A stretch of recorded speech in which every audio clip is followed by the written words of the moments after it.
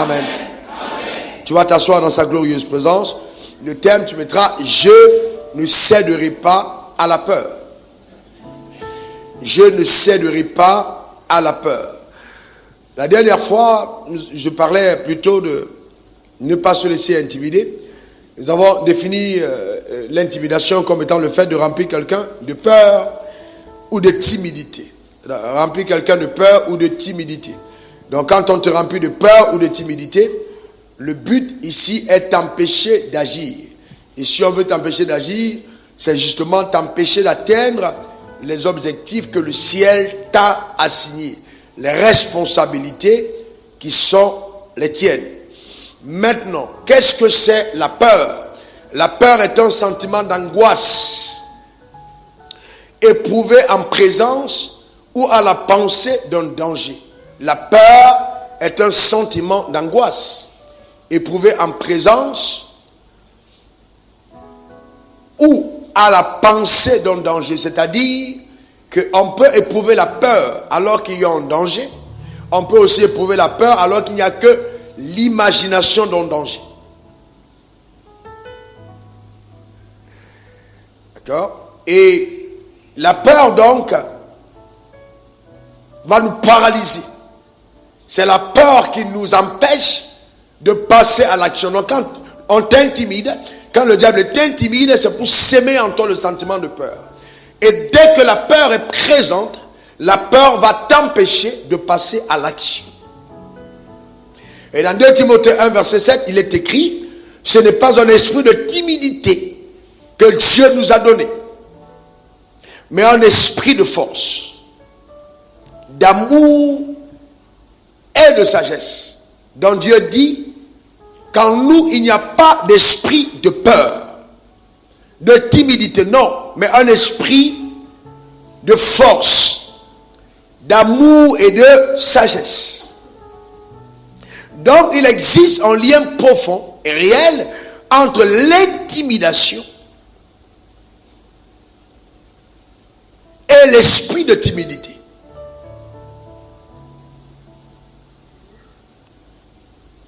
Par exemple, voyez-vous, si vous prenez la télécommande de cette télé LG et vous la mettez là, vous faites fonctionner le téléviseur avec la télécommande LG et le téléviseur LG, est-ce que les deux vont marcher? Est-ce que ça marche? Pourquoi ça marche? Parce que les composantes qu'il y a de l'autre côté se retrouvent dans la télécommande. Donc, il y a un lien entre cette télécommande et le téléviseur. Mais si vous prenez la télécommande Sony et vous venez là, c'est une télécommande, c'est vrai, mais vous mettez là devant la LG, c'est pas sûr qu'elle fonctionne. Parce que les composantes, il n'y a pas de choses qui les relient. Donc Dieu dit, ce n'est pas un esprit de timidité que je t'ai donné. C'est-à-dire que de l'extérieur, si le diable essaie de t'intimider, à l'intérieur, il n'y a pas cette composante en toi. Parce que l'esprit de timidité n'est pas ton esprit. Donc l'intimidation ne doit pas fonctionner en toi. Donc déclare-le vraiment, je n'ai pas un esprit de timidité. Ah bien, voyez-vous, la première chose qui est arrivée quand l'homme a péché, et quand Dieu lui a demandé où es-tu, il dit, j'ai entendu ta voix, je me suis caché parce que je suis nu, j'ai eu peur. Il a eu peur. Donc la peur a été générée par le fait qu'il était déconnecté de la protection divine. Il était déconnecté de Dieu. Il n'avait plus cette relation étroite avec Dieu. Il n'était plus couvert par Dieu. Il était donc exposé et c'est pour ça qu'il eut peur. Et donc, l'homme a été ainsi de l'intérieur totalement transformé. Parce que l'esprit de foi n'y était plus. Donc l'esprit de peur, vous voyez, a pris place en l'homme. Il dit, j'ai eu peur. S'il n'y avait pas eu le péché, il n'y aurait pas eu de possibilité pour la peur d'avoir de l'emprise dans l'homme. Vous comprenez ça? Ça, c'est vraiment important de le comprendre. Eh bien, la peur est un esprit. La peur est un esprit. Chaque fois que vous éprouvez la peur, sachez qu'il y a un démon derrière qui essaye justement de prendre le contrôle de votre vie ou de vous empêcher de passer à l'action ou d'atteindre les buts que Dieu vous a assignés. La peur est un esprit.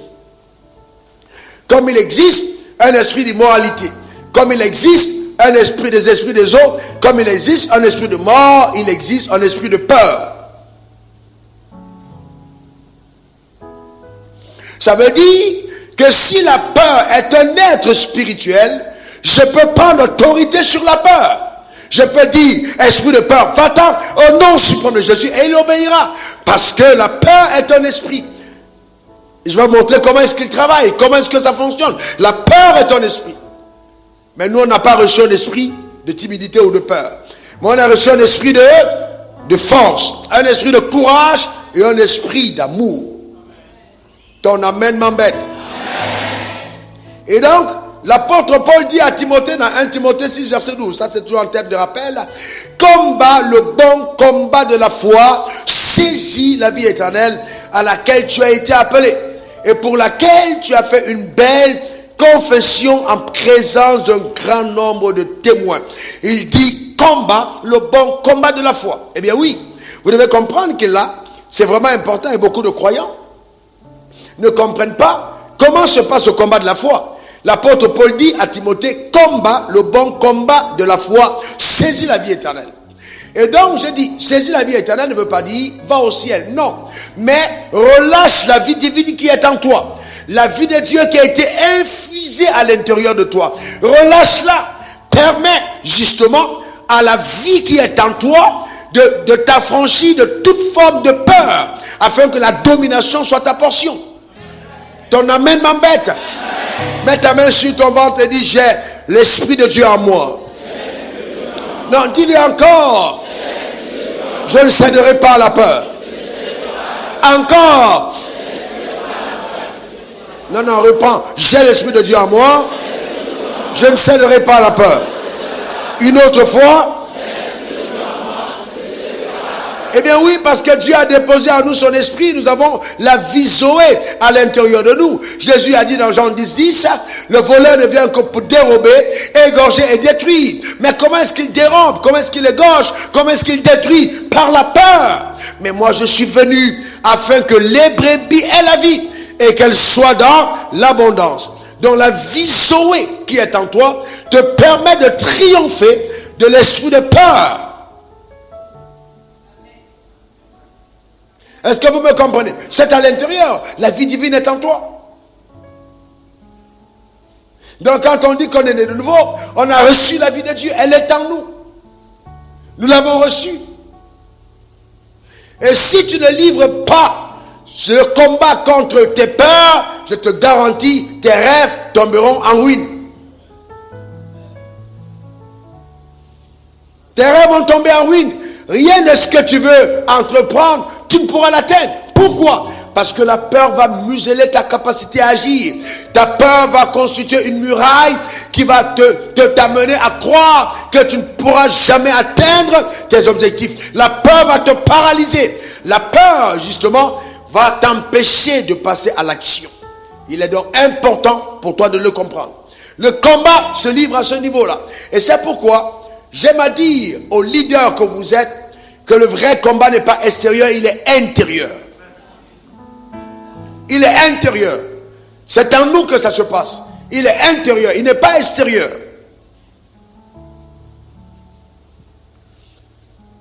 Regardons quelque chose ensemble. Nombre 13, verset 25 à Nombre 14, 1. Ok? Nombre 13, 25. Dieu fait la terre. Dieu a fait une promesse il y a 430 ans à Abraham. Il lui a dit, tes descendants seront captifs en Égypte pendant 400 ans. Et après 3, je vais les libérer et je vais les conduire à la terre promise. Donc Dieu a juré par lui-même.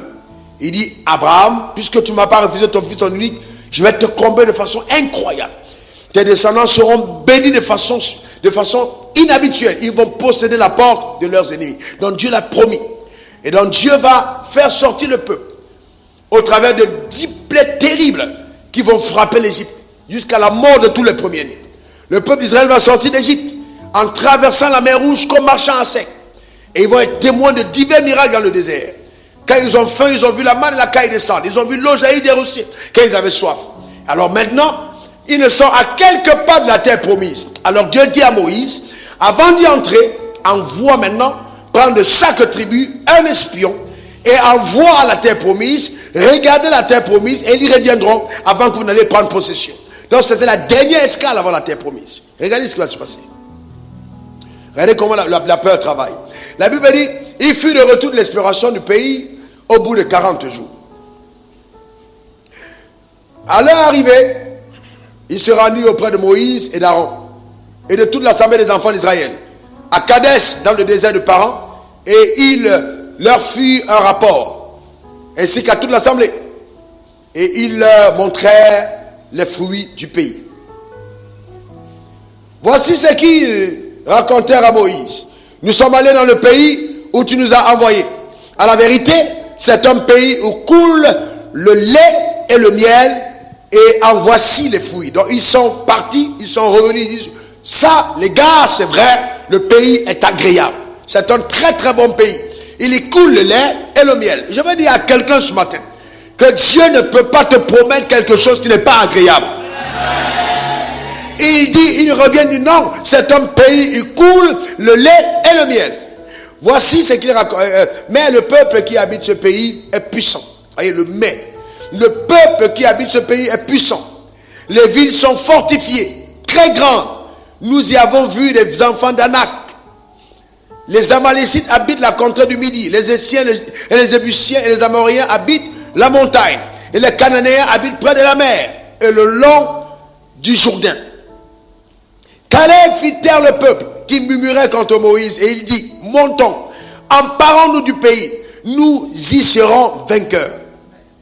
Mais les hommes qui étaient allés avec lui dirent, nous ne pouvons pas monter contre ce peuple car il est plus fort que nous. Et ils décrièrent devant les enfants d'Israël le pays qu'ils avaient exploré. Il dit, le pays que nous avons parcouru pour explorer est un pays qui dévore ses habitants. Tous ceux que nous y avons vus sont des hommes de haute taille. Stop. Sont des hommes de haute taille. Écoutez-moi bien. Dans ce texte, je vais vous faire remarquer, parce que je veux que vous compreniez, que là, la peur n'a pas été instigée, n'a pas été générée par les choses qu'ils ont entendues. La peur a été générée par les choses qu'ils ont vues.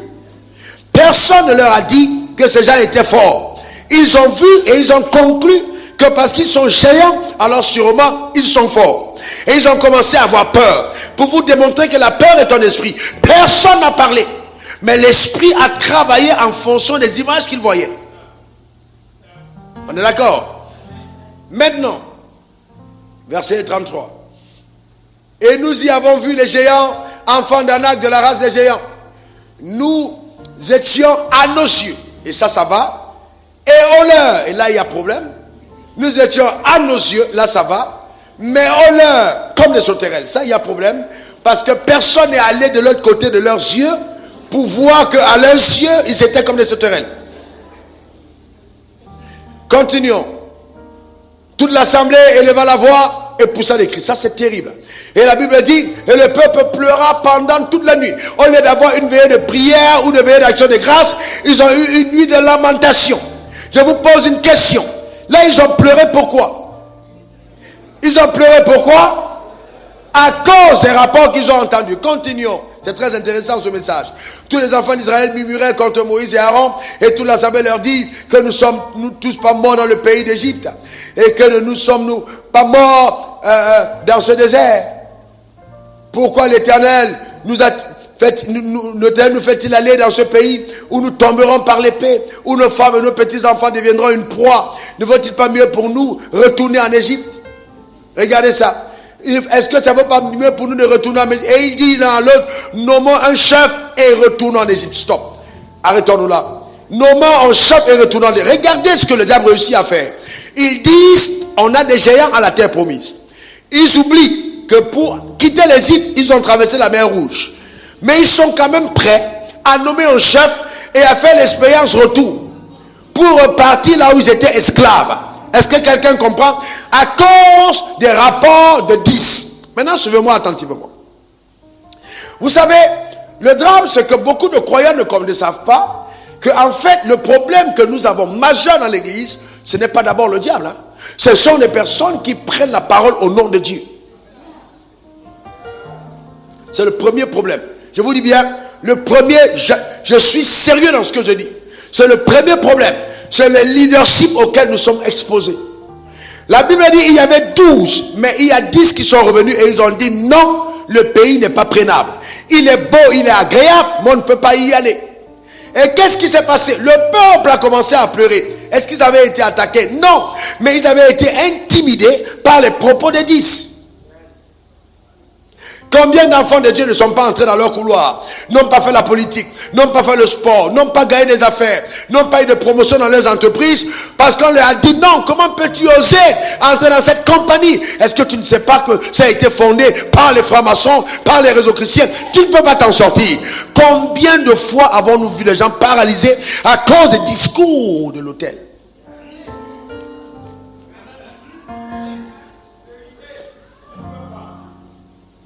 Ce sont les choses qu'on entend.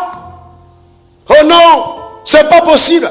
Un enfant de Dieu ne peut pas réussir en affaires sans se compromettre. Non, Dieu ne peut pas bénir un homme jusqu'à ce niveau. Non, un enfant de Dieu ne peut pas devenir chef d'État. Non, un enfant de Dieu ne peut pas être ministre. Non, ce n'est pas pour nous. Oui, c'est bon, mais ce n'est pas pour nous. C'est quoi? C'est un esprit de peur. En même temps, ce qui est assez terrible, c'est que nous décrions, mais dès que quelqu'un qui occupe ce rang arrive dans notre église, nous lui donnons la première place. Et nous lui donnons la première place alors que nous décrions en disant ce ne sont pas de bonnes choses. Mais dès qu'il vient dans la première place, dès qu'il est à la salle d'attente, nous évacuons tous les fidèles qui ont été fidèles pendant 365 jours pour le recevoir en premier. Je vais encore plus loin. Je vais plus loin. Quand nous organisons nos programmes, nous disons que ce n'est pas bon de le faire, mais nous les cherchons pour devenir parrains. Nous les appelons à parrainer ce que le Saint-Esprit a initié. C'est une mentalité de crabe, de sauterelle, d'incroyable. Vous devez en être délivré. Et le drame, c'est que beaucoup d'entre vous, vous pensez que parce que c'est la majorité qui pense ainsi, alors ils ont raison. Non, ils étaient 10 et il y avait 2. Les 10 étaient d'accord, on ne peut pas y aller, mais il y a 2 qui ont dit on va y aller. Les 2, c'était Josué et Caleb. Ils disent non, ce pays est prenable, on va y entrer.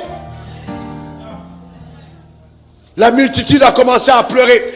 Écoutez, est-ce que vous savez qu'il y a des gens parmi vous qui vieillissaient avant à cause des choses que vous entendez?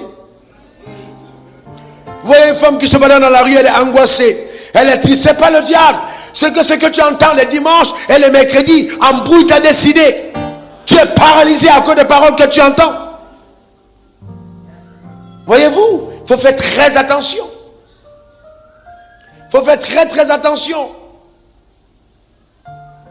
Non, est-ce que Dieu peut élever un enfant de Dieu jusqu'à ce niveau-là? C'est pas possible. Donc ce sont des choses qu'on entend. Et donc tout subtilement, des messages de peur que nous recevons nous paralysent et nous empêchent d'atteindre les objectifs divins. Et c'est pourquoi j'insiste sur la qualité de ce que nous écoutons. La qualité de ce que nous écoutons. Et ça c'était terrible. Le rapport des 10, et ça c'est grave, hein, en une seule nuit a fait oublier les exploits d'antan de ce Dieu grand, redoutable, qui a ouvert la mer Rouge. Il y a des gens, quand vous les voyez, vous vous demandez, mais est-ce qu'ils se souviennent de ce que Dieu a fait pour eux? Parce que la peur a cette fâcheuse, je vais dire, subtile manie de te plonger dans l'oubli des exploits divins. Note-le. La peur te plonge dans l'oubli des exploits divins. C'est-à-dire qu'elle opère comme une gomme qui vient effacer dans ton âme toutes les grandes choses que Dieu a opérées avant. T'empêche de t'en souvenir. Pour cristalliser ton attention sur une occasion qui se présente, qui elle-même se qualifie à toi comme étant une impossibilité. Alors que le Dieu que nous servons est un Dieu qui relève les défis. Et je vais plus loin, frères et sœurs. La peur n'a pas d'emprise dans ta vie sans ta permission personnelle. Donc pour que la peur puisse s'emparer de ta vie et prendre le contrôle de ta vie, il faut que tu cèdes à la peur. Mais je veux que quelqu'un dise ce matin avec confiance, je ne céderai pas à la peur. Non, dis-le vraiment comme si tu le penses. Encore une dernière fois. Frères et sœurs, je voudrais un peu que vous regardiez votre pasteur en face et vous imaginez en 1999, quand je franchissais la frontière de Ghana pour la Côte d'Ivoire dans le bus, justement le car Steve, entrant à Côte d'Ivoire, quand on traverse à Boisseau et tout ça, ça passe encore. Mais quand on arrive sur le pont d'Abidjan et qu'on voit tous les panneaux et que le Saint-Esprit te dit voici la ville où je t'ai appelé pour faire ton ministère, je te garantis qu'il n'y a rien en face qui peut te dire que ton ministère va prospérer dans une ville pareille. Est-ce que quelqu'un comprend de quoi je parle? J'ai regardé les panneaux, j'ai regardé la ville et la ville m'a dit qu'est-ce que tu es venu chercher ici? Parce que chaque fois que Dieu te donne un territoire, le territoire va sembler être au-dessus de ta propre capacité. Pourquoi? Parce que Dieu ne te donnera pas un territoire qui ressemble à tes aptitudes.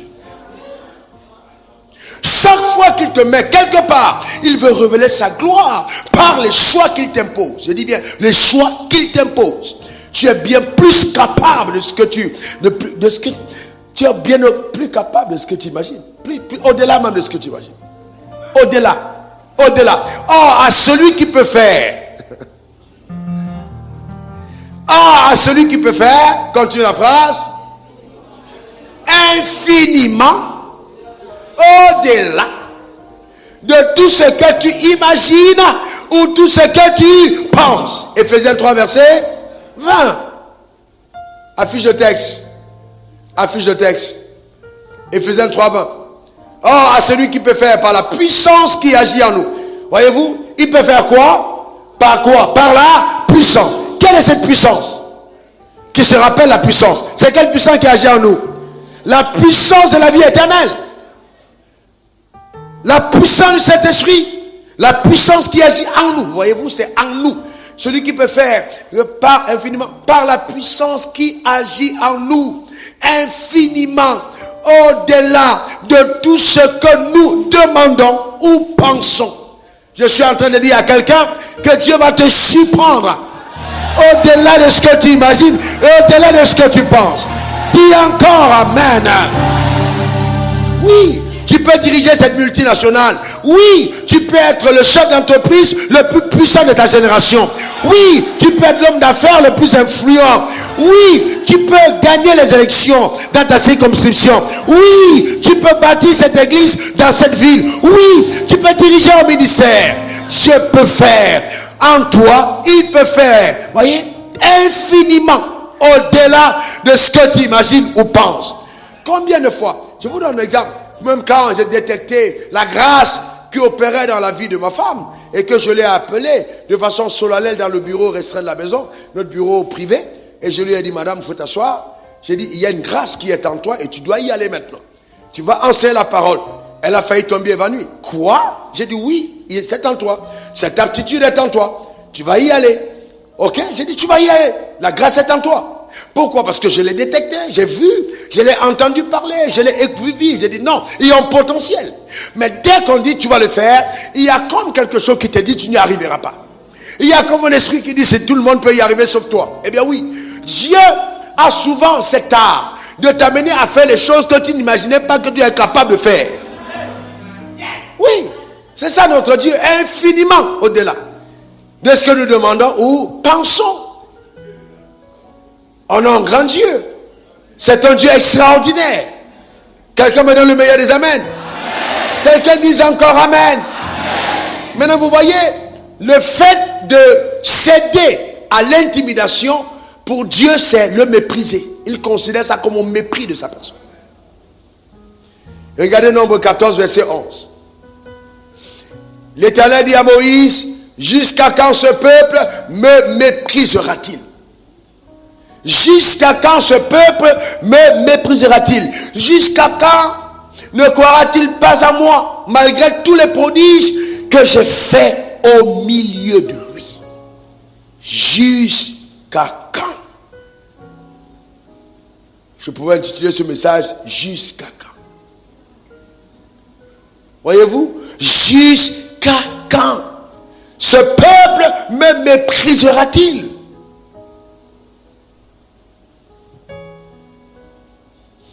Alléluia. Mais regardez la réaction de Josué et de Caleb. Versets 8 à 10 de Nombre 14.